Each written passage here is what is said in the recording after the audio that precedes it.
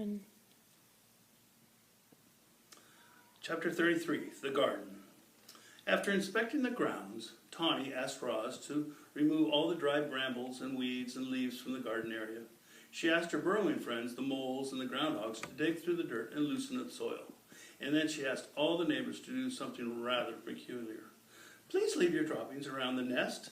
The more droppings, the richer the soil and the healthier the garden. As you can imagine, Tawny's request got everyone's attention. The place was soon crawling with woodland creatures curious to hear more about the garden project. And just like that, the robot was meeting her neighbors, and the plan for her to make friends was already starting to work. There was a festive feeling around the nest that day. Animals were coming and going, and chatting and laughing, and after some pleasant conversation, each neighbor would choose their spot, leave their droppings, and be on their way, and always with a smile. We're happy to help, the two smiling weasels said after finishing up their business. It's our pleasure, said a flock of smiling sparrows before they flew away. I shouldn't be much longer now, said a smiling turtle as he slowly made his contribution. As all this was going on, Roz walked around and thanked everyone. I'm not capable of defecating, she explained, so your droppings are most appreciated. Once the grounds were fertilized, it was time for the plants. Tawny brought Roz and Brightbill out to the lush meadow. The robot sank her fingers into the ground and felt the spongy layer of roots below the grass. Slowly, carefully, she rolled up the strips of soil, exposing the dark, wormy soil. She carted the rolls back to the nest and spread them out to make a patchy lawn.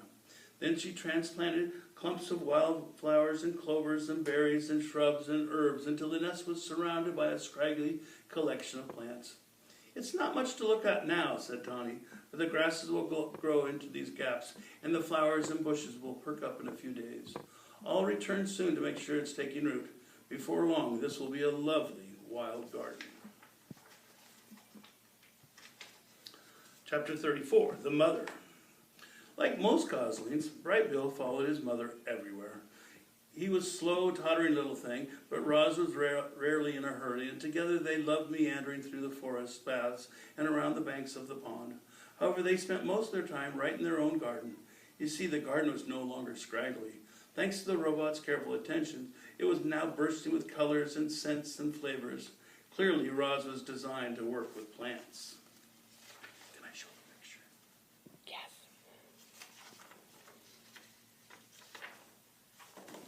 That's it? No.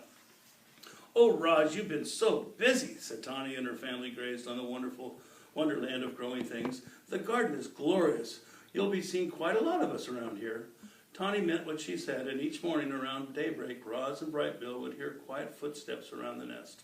And there would be Tawny and Crown Point and their fawns, Willow, Thistle, and Brook, happily nibbling in the garden. The deer weren't the only regular visitors. The beavers became quite fond of gnawing on a certain hardy shrub at the edge of the garden. Digdown, the old groundhog, popped up once to munch on berries, and Broadfoot, the giant bull moose, came on by to chew on the tree roots. And of course, bees and butterflies were there every day, happily floating through the flowers. There were always seemed to be friendly animals hanging around the garden. It was amazing how differently everyone treated Roz these days. Animals who once ran from the robot in fear now stopped by the nest just to spend time with her. The neighbors smiled and waved whenever Roz and Brightbill wandered past, and at the dawn truce, the mothers were eager to share their parenting advice. Make sure Brightbill gets plenty of rest. A tired gosling is a cranky gosling. When the wind starts blowing from the north, you must immediately get Brightbill to safety. North winds always bring bad weather.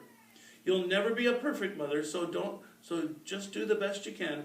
All Brightbill really needs to know is that you're doing your best. No gosling ever had a more attentive mother. Roz was always there, ready to answer her son's questions, or to play with him, or to rock him to sleep, or to whisk him away from danger. With a computer brain packed full of parenting advice, and the lessons she was learning on her own, the robot was actually becoming an excellent mother. Chapter 35, The First Swim. Good afternoon, you two, the Loudwing, as she waddled into the garden. Remember me, Brightbill? Loudwing, Loudwing. Very good, the old goose giggled. Now, Roz, do you know what tomorrow is? Tomorrow is swimming day. The day when all parents take the gosling out to the pond for the first time, you simply must bring Bright Bill. Swim, swim, said the gosling, shaking his tail feathers. Bright Bill can go, said Roz, but I cannot swim. I cannot go into the pond with him. I will not be able to protect him. Who'd have thought a little thing like you would be afraid of a little water, Loudwing laughed. Well, don't worry about Bright Bill. He'll be safe in the flock. And he's going to have so much fun swimming with the other goslings.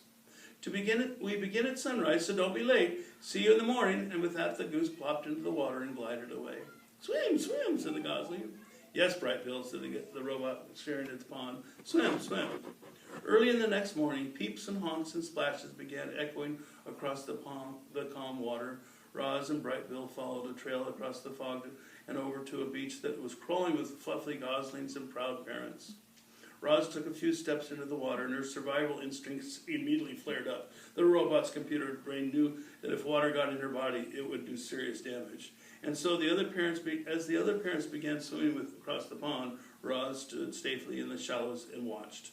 Bright Bill ran up and down the beach with the other goslings, peeping and laughing and pretending to be afraid of the tiny waves.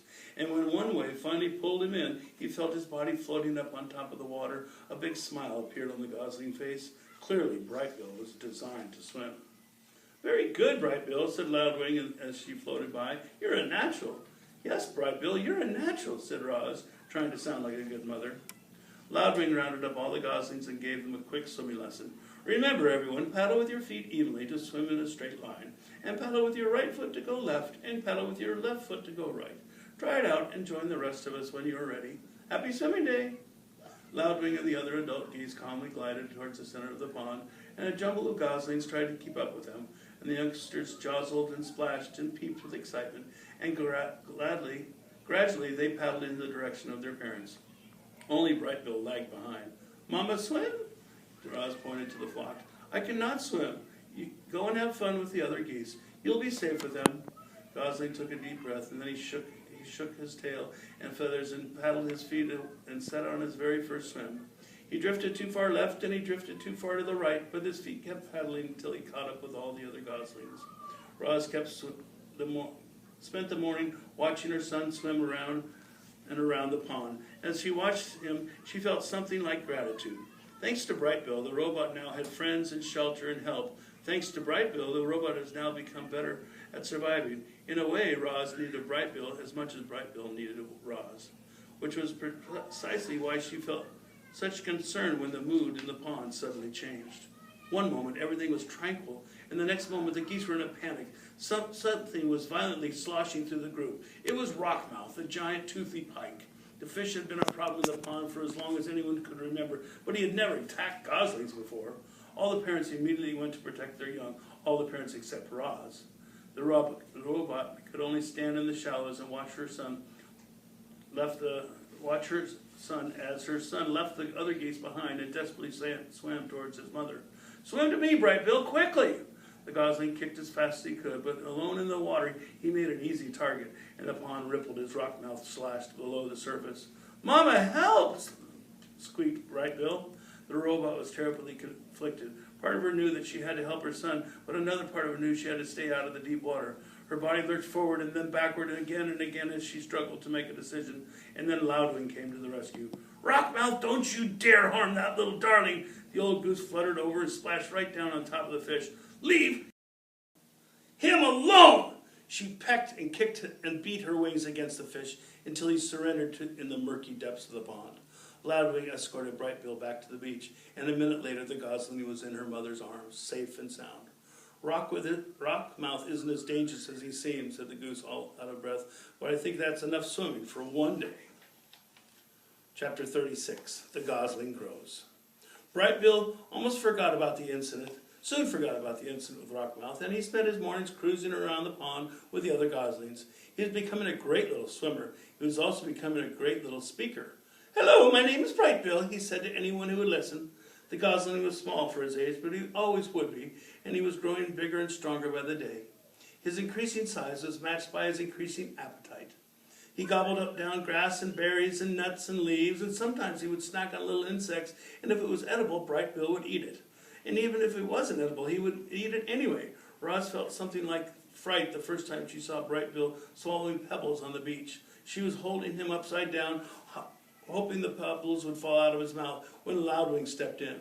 "Put the gosling down," the goose said with a laugh. "It's perfectly natural for Bright Bill to eat a few pebbles. They will help him digest his food. Not too many, okay, little one?" Like most youngsters, Bright Bill was incredibly curious. He explored the garden and the pond and the forest floor.